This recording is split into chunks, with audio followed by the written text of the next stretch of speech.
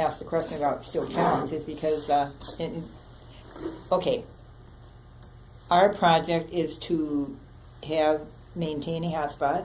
Mm-hmm. Do you want to talk a little bit, tell Bernadine, about your center? Do you know? Have you ever been to Someday Isle? No. Oh. If you don't have to race off from here to the next spot, and maybe you do, you should stop by and see it. Yeah. Someday Isle, okay, we've been on Main Street for 14 years. Our mission, our organization's mission is to help people create incomes for themselves. Mm-hmm. And we actually got the 501c3 from the IRS. And they had two questions, and one was, well, first they said, we're not in the business of giving 501c3s for people to make money for themselves. And we said that the people who live here, 75% of the people live below the poverty level. Mm-hmm. And they said if I could prove that, we would get the 501c3. So I went to our economic developer, Craig Molstead at the time, and he'd been preaching that at all these meetings. 75% of the people were under poverty. And I said, I need the data. Right. And he said, I don't have it. So I went to the school censuses. That's where I got it. From all the schools in our corridor, 18 corridor. And you could just see the percent of poverty. And you just even like Mille Lacs County is long and tall, so there's 3 layers of poverty in that county, and then you go Pine County, it gets deeper, mm-hmm. deeper. But it was not hard to prove. So we did get our 501c3.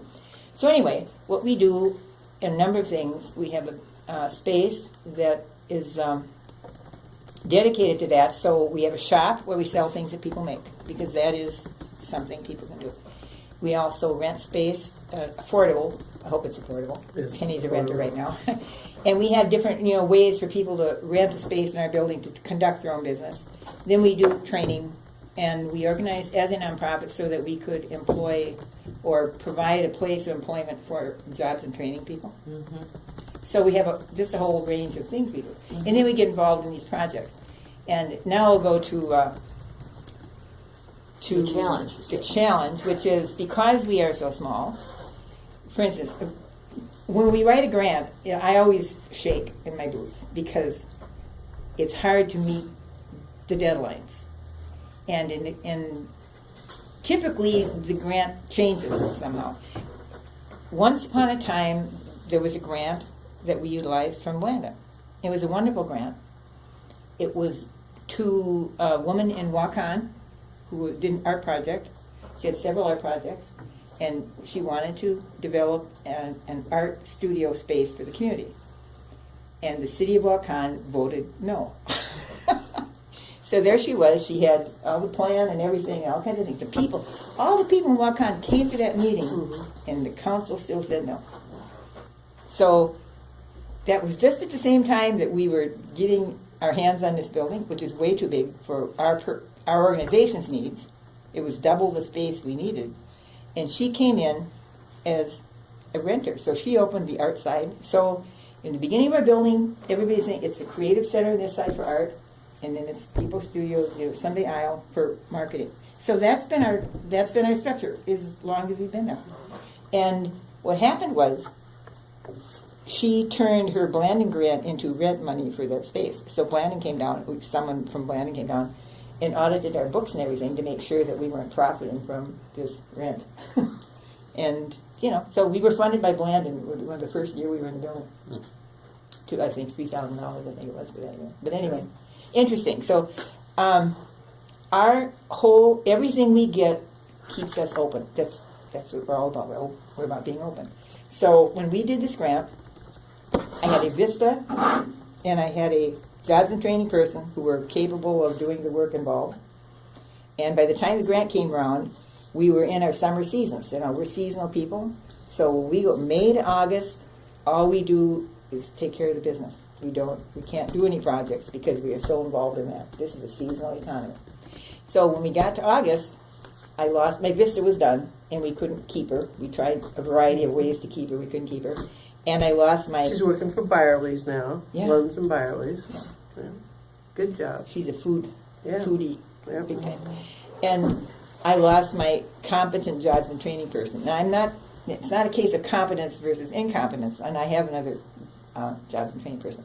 But the jobs and training person I have now is a person who is just simply not going to be capable of doing any of this kind of work. She's not. That's it. And I don't know how to talk about people, but she has limitations, and she has several kinds of limitations, and she's a fine person, but she's not going to be able to do this work. So I have had to go out and find volunteers to help with the project. So what happens is, where I actually wrote a report in December last year, and then I was told that I wasn't supposed to make a report because of the size of our grant. I was somehow to report on. Yeah, to me, yeah. But the challenges encountered. Okay, this quarter is the most intense quarter of our yearly activity, which would be the summer quarter. And little was done toward the implementation of this grant. Our Vista volunteer year terminated in August, plus we had a turnover in jobs and training, which we expected to be a core part of the project. Mm-hmm. The other thing was, we were ganging this up with a grant from the Initiative Foundation, and that was finished too, and that hadn't been completed, and I wasn't sure that I wouldn't have to return it. Well, I got an extension on that grant. Mm-hmm. And we went ahead, so through the winter, we got our equipment refurbished, and we got our list to do whatever we have to do and everything. And then we got back into our summer quarter. Well, in April, the City of Isle, the Messenger did a really nice story about volunteers, and they spotlighted us. And a woman walked in the door to volunteer and help us, and her name is Cheryl Boyd. She developed the curriculum for the Rice Lake band school, the school at Rice Lake. And she had a life experience change, and she wanted to donate her time. She stopped working, and she donated her time. So she's building curriculum for us, for people to come in, and that's a piece she's doing. Now, and then we got into our Milkweed Project. So now we have the Milkweed Project, which takes us from August to November. So now our summer season is from, our seasonal thing is from May to November, which leaves us very little time to work on these other projects.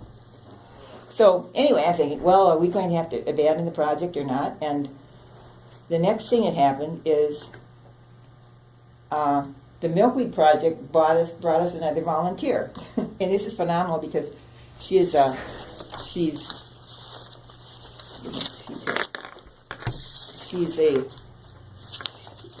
fell in love with the organization, and she is donating her time. She's a professional publicist.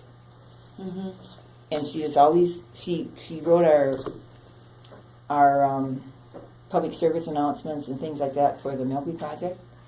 And we're meeting next week, and she wants to do the service work for our organization. So she'll be able to do the publicity that we're supposed to be achieving. Anyway, she's a third generation lake person who's dedicated to the area. And turns out she and her mom have been customers in our building for years. Mm. But the Milkweed Project is what pulled her in. I mean, that's the one where she saw that we were doing something, mm-hmm. for the environment, whatever it was that pulled her in. So anyway, now I've got several good volunteers, and I would like to continue trying to get this project going. But so, say, what is the project? Oh, excuse me.